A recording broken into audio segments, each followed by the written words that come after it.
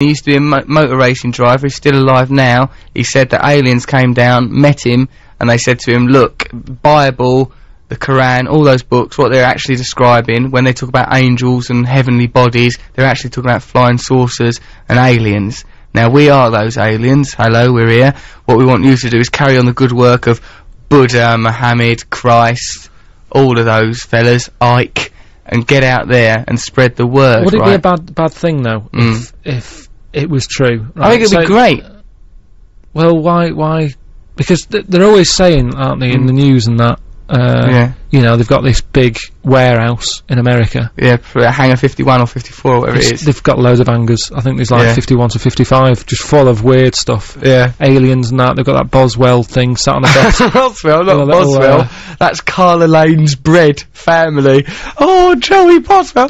There's no mystery there in the Boswell family. They've just got to get up and got to get out, grab the world by the throat and shout. Well, they've got the little bald-headed alien. Yeah. Right, and stuff. Glass houses. Why is that a problem? Well, because, I'll tell you why it's a problem, because if there were extraterrestrials, and extraterrestrials were in contact with us, and if indeed, as Rail and other writers like Eric von Däniken have suggested, extraterrestrials have somehow been involved with the creation and evolution of mankind, it completely undermines the hierarchy and religious structure and civilization of this planet. Why? Because you wouldn't, like, if you're sort of thinking, like, you know, oh, I better go to work today because the government says so, if you suddenly knew, hold on a minute, life on this planet was not created by an ethereal god, an intangible god, but by extraterrestrial life forms, and, like, you know, but nonetheless they still preach spirituality, non-materialism, abolition of capitalism and consumerism. It's something, yeah, because, like, you know, all religions, you know, like, I mean, I'm no religious scholar, but they're all saying, just be nice to each other, be a bit more spiritual, don't get all bogged down. Nobody listens to all that, though, do they? Well, yes, they do, Carl. There are wars all over the world because people vying over the details. But what I mean is, right, religion and stuff. Yeah. I'm trying to get into it. Yeah, I know, but you wouldn't even, just because some Buddhist give you a dodgy plum, you've denounced an entire theology. Yeah, but I haven't found one yet that's any good. I've been offered a plum, and in that science one, they've offered me a neck rub.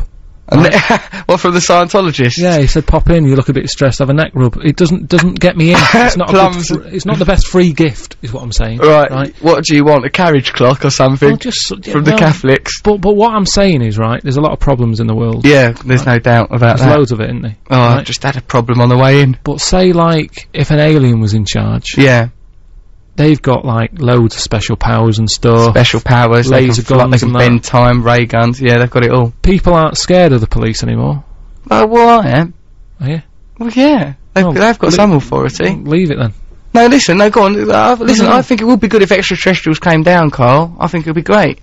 My point is this.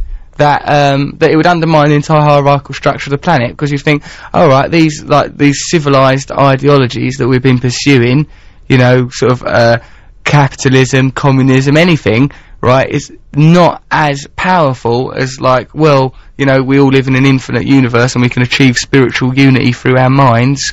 You'd think, oh, blimey hell, that's an interesting thing to have access to. That's why they're all locked up in some hangar, because it undermines, like, the sort of primitive ideologies that we live our lives by. So do you think that little bald-headed one in that hangar is going to be in there forever and we're never going to find out? They're not letting him out. He's too much of a troublemaker. Really? Yeah, but fortunately I know a fella with a nice little bald head who could pose as him. All you need is a few spiritual secrets. A song for Europe, Roxy Music. You're listening to Six Music with Russell Brand and Karl Pilkington. We've been doing Rockbusters most of the night, cryptic clues and initials of an artist or group. Then you get the answer, you know, if you can. Now, this was one clue from earlier. Where's the clue? Because someone's got the... Oh, yeah. If your sister asked you where your league team was playing that week, you would say this half the time. That was posed by Ali from Glasgow. We've got the answer. It's from Russ in Chester. He says that football rockbuster is Oasis. Oasis. Give up something in it. So he wants a prize. Russ is very clear that he wants a prize. You didn't get that one, did you? The Oasis one. Didn't get it. You have set up this quiz right? You are like the master. You are like Mr. Mr. Miyagi, the master of it. And now the pupils, the listeners, have turned on you. Yeah. They've got better than you. And it's good that, because Mr. Miyagi did die this year. He was overshadowed by George Best's death. So let's dedicate the whole rest of the show to Mr. Miyagi. But that is what happens, isn't it, with stuff? It grows, doesn't it, and gets out of your hand. Yeah. I mean, it's sort of like, oh, I've created a monster. With Einstein did the same, didn't he? That's how I treat Rockbusters. That is my E equals MC squared. Right. I've passed it on. Yeah. Do what you will with it. I just hope people don't use your Rockbusters for evil, Carl.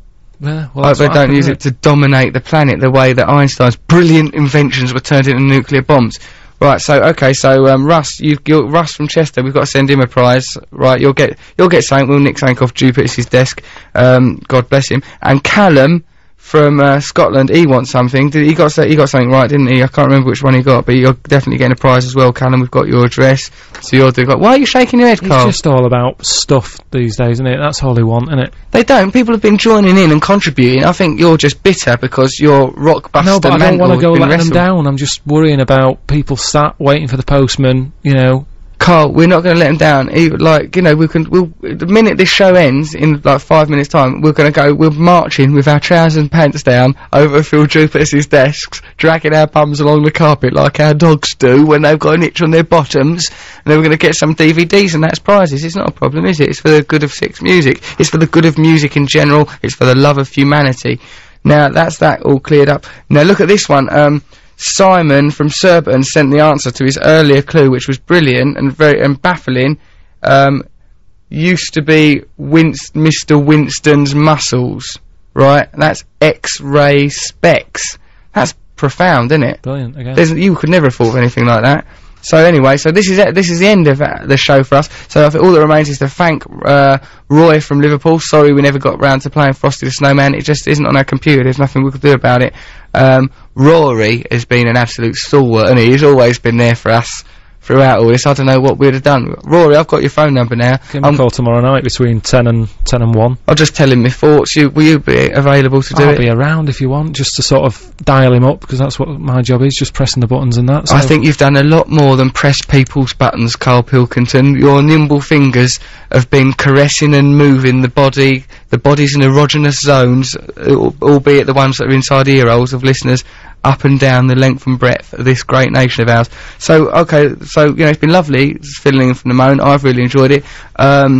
If there are extraterrestrial gods and they're listening to this show, you know, we were early supporters and expounded your ideas, so perhaps if there is an extraterrestrial revolution, Karl and I should be made emperors of Europe, perhaps. That might be a nice idea. We can leave you with that thought. Have you enjoyed it, Karl? Yeah, it's been alright, yeah. Well, you know, thank you for listening. If you were listening, if you weren't listening, you won't hear us say how wicked we thought we've been throughout all of it. And, yeah, well, ta-da for now. What are we going to play out on, Karl? It's a bit of small faces. We're going to play out on the faces? Yeah, stay with me. It's alright. What a beautiful journey it's been. Goodbye, everyone. Good night. Ta-ta. See you later. See yous. Yeah. Bye now.